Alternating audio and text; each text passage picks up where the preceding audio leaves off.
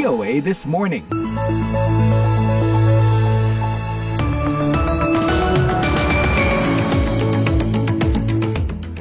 Halo, selamat pagi pendengar dimanapun Anda berada. Selamat berjumpa lagi dalam siaran VOA This Morning dari Washington DC, edisi Rabu 20 November 2024. Terima kasih atas untuk semuanya yang telah mendengarkan siaran ini, terutama untuk teman-teman di berbagai stasiun radio di kota-kota di Indonesia yang telah meneruskan siaran ini. Bersama saya pagi ini, saya Leonard Triono, bersama saya Puspita Sariwati sebagai produser dan teknisi kami Rob McLean. Thank you very much, Rob, for being with us today. Thank you very much. And it seems that we have visitors too, so thank you. Welcome. Berbagai laporan terkini dan informasi menarik telah kami siapkan untuk Anda, diantaranya para kepala negara peserta KTT G20 keluarkan komunike bersama terkait isu-isu penting yang dihadapi dunia saat ini. Berbagai isu penting bagi negara-negara Global South seperti Indonesia, termasuk perubahan iklim, pengentasan kemiskinan, dan juga pajak bagi para kaum terkaya di dunia. Kebijakan baru nuklir Rusia tuai reaksi keras. Putin spielt mit unserer Angst. Das hat er nicht erst. Putin mempermainkan ketakutan kita. Dia tidak mulai melakukan ini 1000 hari yang lalu. Hal ini dimulai pada tahun 2014. Siaran ini juga bisa disimak dari mana saja dan di mana saja. Di mana ada sambungan internet, tentu saja di seluruh dunia melalui streaming langsung atau tunda di website kami www.voaindonesia.com. atau melalui podcast VOA This Morning. Kita awali dengan berita dunia bersama Nur Hadi Sucahyo. Ukraina telah menggunakan sistem rudal buatan Amerika Serikat untuk melakukan serangan jauh ke dalam wilayah Rusia untuk pertama kalinya pada Selasa 19 November. Klaim tersebut disampaikan oleh pemerintah Rusia yang mengatakan bahwa Ukraina telah mengerahkan apa yang disebut Amerika Serikat sebagai sistem rudal taktis angkatan darat atau ATACMS. Rusia juga mengatakan bahwa pasukan mereka telah menembak jatuh 5 atau 6 rudal yang ditembakkan ke arah fasilitas militer mereka di wilayah Bryansk yang tidak menimbulkan korban ataupun kerusakan. Sementara Ukraina menyatakan bahwa mereka telah menyerang depo senjata Rusia sekitar 110 km di dalam wilayah negara itu dan menyebabkan ledakan ikutan. Namun mereka tidak menjelaskan senjata apa yang mereka gunakan. ATACMS sendiri memiliki jangkauan antara 65 sampai 300 km. Selama perang berlangsung sebelum ini, pemerintah Amerika Serikat telah memerintahkan Ukraina untuk tidak menggunakan senjata-senjata dari Amerika Serikat untuk menyerang ke dalam wilayah Rusia. Namun Presiden Joe Biden pekan ini telah memberikan persetujuan bagi Ukraina untuk menggunakan rudal ATACMS bagi serangan semacam itu.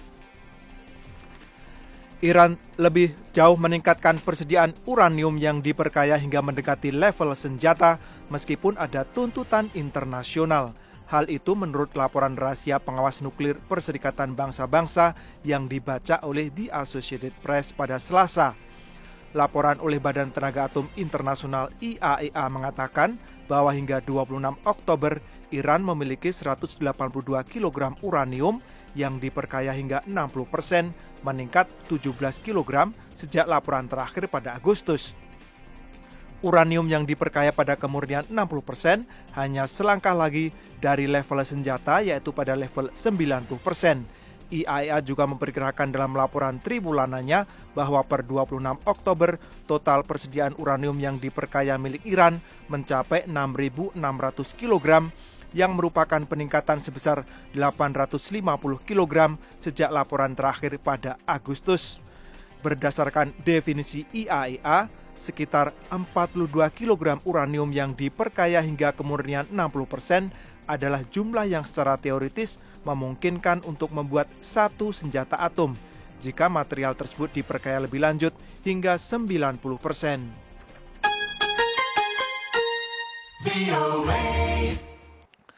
Polisi pada Selasa mulai membersihkan kemah pendemo di dekat pabrik Tesla Jerman tidak jauh dari Berlin, di mana para aktivis berharap untuk menghentikan perluasan satu-satunya pabrikan mobil asal Amerika Serikat di Eropa itu.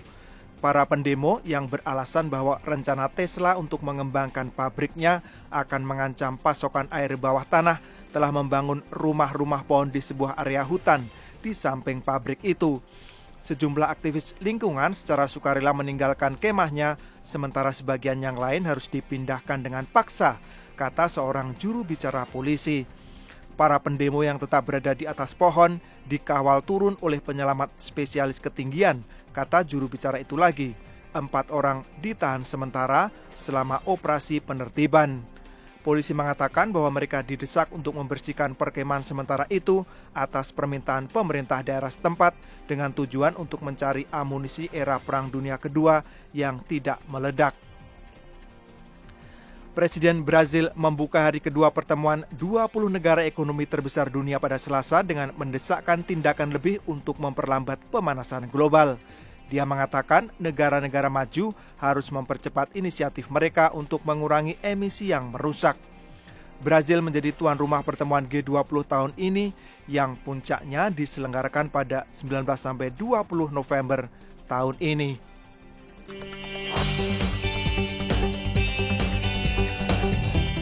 Pendengar, demikian tadi Nur Hadi Sucahyo dengan berita dunia.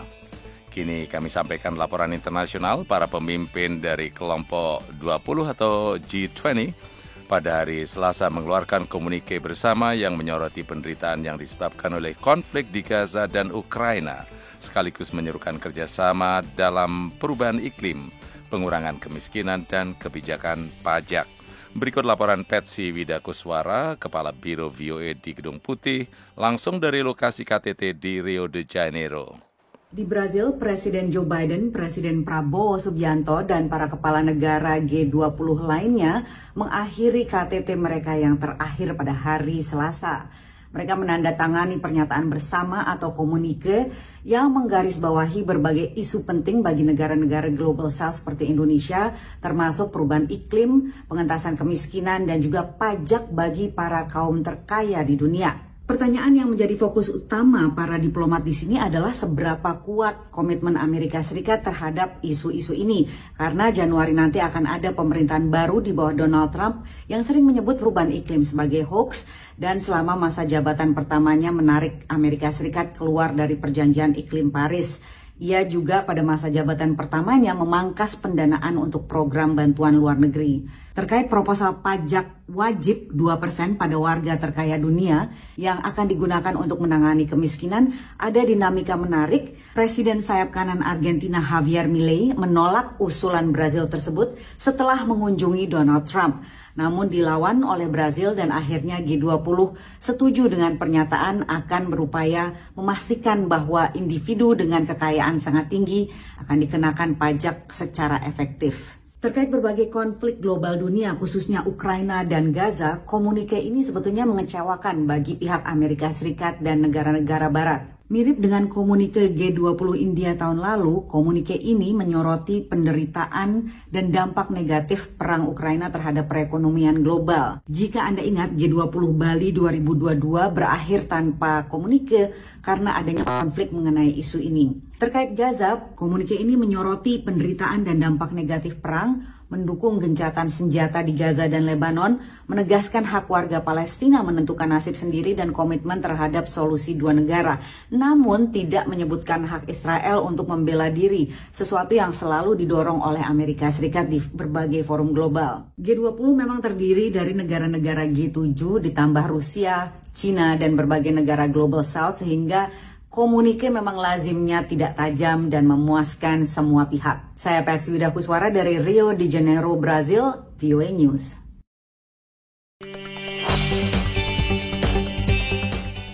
Pendengar, Presiden Rusia Vladimir Putin pada hari Selasa menandatangani doktrin nuklir yang telah direvisi, yang menyatakan bahwa serangan konvensional terhadap Rusia oleh negara manapun yang didukung oleh kekuatan nuklir akan dianggap sebagai serangan bersama terhadap negaranya.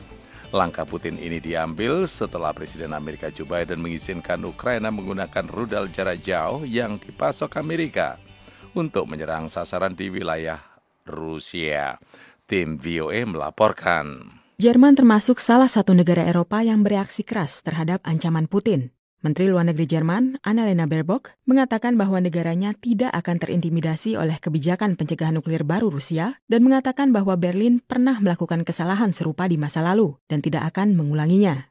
Usai menghadiri pertemuan para Menteri Luar Negeri Polandia, Jerman, Prancis, dan Italia di Warsawa, pada Selasa ia mengatakan, Putin spielt mit unserer Angst. Das hat er nicht erst Putin mempermainkan ketakutan kita. Dia tidak mulai melakukan ini 1000 hari yang lalu. Hal ini dimulai pada tahun 2014 dan Jerman khususnya melakukan kesalahan pada saat itu, terutama secara politik, dengan membiarkan diri terintimidasi oleh rasa takut ini dan, yang paling penting, tidak mendengarkan mitra-mitranya, terutama mitra-mitra kami di Eropa Timur yang telah menjelaskan hal ini dengan jelas waktu itu. Kita tidak boleh bergantung pada janji Kremlin. Kita harus berinvestasi pada keamanan dan perlindungan kita sendiri. 1000 hari lalu yang dimaksud Baerbock merujuk pada hari ketika Putin pertama kali mengirim pasukan ke Ukraina. Revisi doktrin nuklir baru Rusia sendiri ditandatangani Putin pada hari ke-1000, yakni hari Selasa ini. Pertemuan para Menteri Luar Negeri di Warsawa itu membahas peningkatan dukungan militer Eropa untuk Ukraina, serta hubungan dengan Amerika Serikat di bawah kepemimpinan Donald Trump. Banyak pihak berspekulasi bahwa keputusan Putin menurunkan ambang batas penggunaan senjata nuklir oleh Rusia merupakan tanggapan terhadap keputusan Biden yang mengizinkan Ukraina menyerang sasaran-sasaran di wilayah Rusia dengan rudal jarak jauh yang dipasok Amerika. Namun Patricia Lewis, Kepala Program Keamanan Internasional di Chatham House, mengatakan dia tidak yakin doktrin yang direvisi itu ditandatangani sebagai tanggapan atas keputusan Biden. Rusia sendiri membantah bahwa keputusan Putin menandatangani doktrin nuklir yang telah direvisi merupakan ancaman perang nuklir.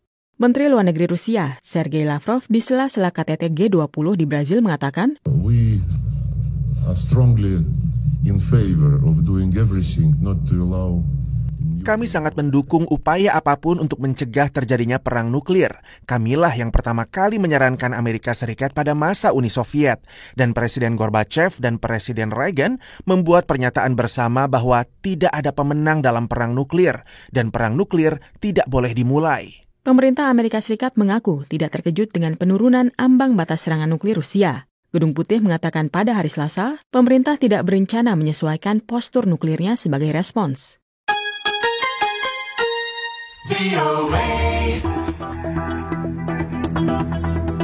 Saat KTT Iklim COP29 atau COP29 di Azerbaijan memasuki tahap akhir, sebagian peserta mengungkapkan rasa frustrasi yang semakin dalam atas kurangnya kemajuan dalam mencapai kesepakatan mengenai pendanaan iklim yang dipandang sebagai langkah penting dalam mengurangi emisi dan membatasi pemanasan global. Berikut laporan koresponden VOA Henry Ridgwell.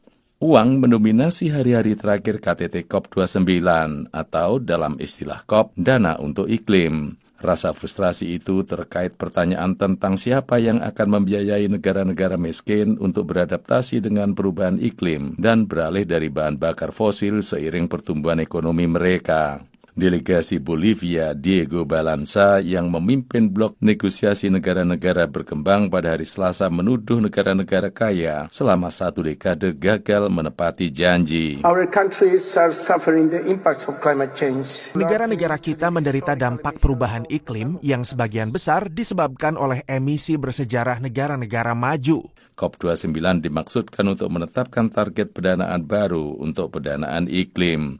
Perkiraannya bervariasi, sebagian memperkirakan biayanya mencapai 1,3 triliun dolar per tahun. Target saat ini adalah 100 miliar dolar Amerika. Sekretaris Eksekutif Perubahan Iklim PBB Simon Steele mengatakan, Climate finance is not charity. Pendanaan iklim bukanlah amal, tetapi merupakan kepentingan 100% setiap negara untuk melindungi ekonomi dan rakyat mereka dari dampak iklim yang parah. Perjanjian pendanaan iklim COP29 dimaksudkan untuk membuka tahap penting berikutnya dari negosiasi yang memungkinkan semua negara untuk menyampaikan rencana aksi untuk mengurangi emisi gas rumah kaca dengan tujuan membatasi pemanasan global hingga 1,5 derajat Celcius di atas tingkat era pra-industri. Ada kekhawatiran yang berkembang pada kurangnya kemajuan yang tampak di COP29. Muhammad Ado adalah Direktur Kelompok Kampanye Power Shift Afrika. This has been one of the worst COPs. Ini adalah salah satu COP terburuk. Setidaknya salah satu minggu pertama COP terburuk yang pernah saya hadiri dalam 15 tahun terakhir. Kemajuan yang dicapai dalam pendanaan iklim dan bahkan dalam aturan seputar pasar karbon dan bagaimana dunia akan memangkas emisi sangat terbatas. Mukhtar Babayev, Presiden COP29 Azerbaijan, telah meminta semua pihak untuk bergerak lebih cepat di tengah meningkatnya kekhawatiran bahwa pertemuan puncak tersebut mungkin akan gagal mencapai kesepakatan. Untuk Henry Ridgwell dari VOA Washington DC, saya Leonard Triono.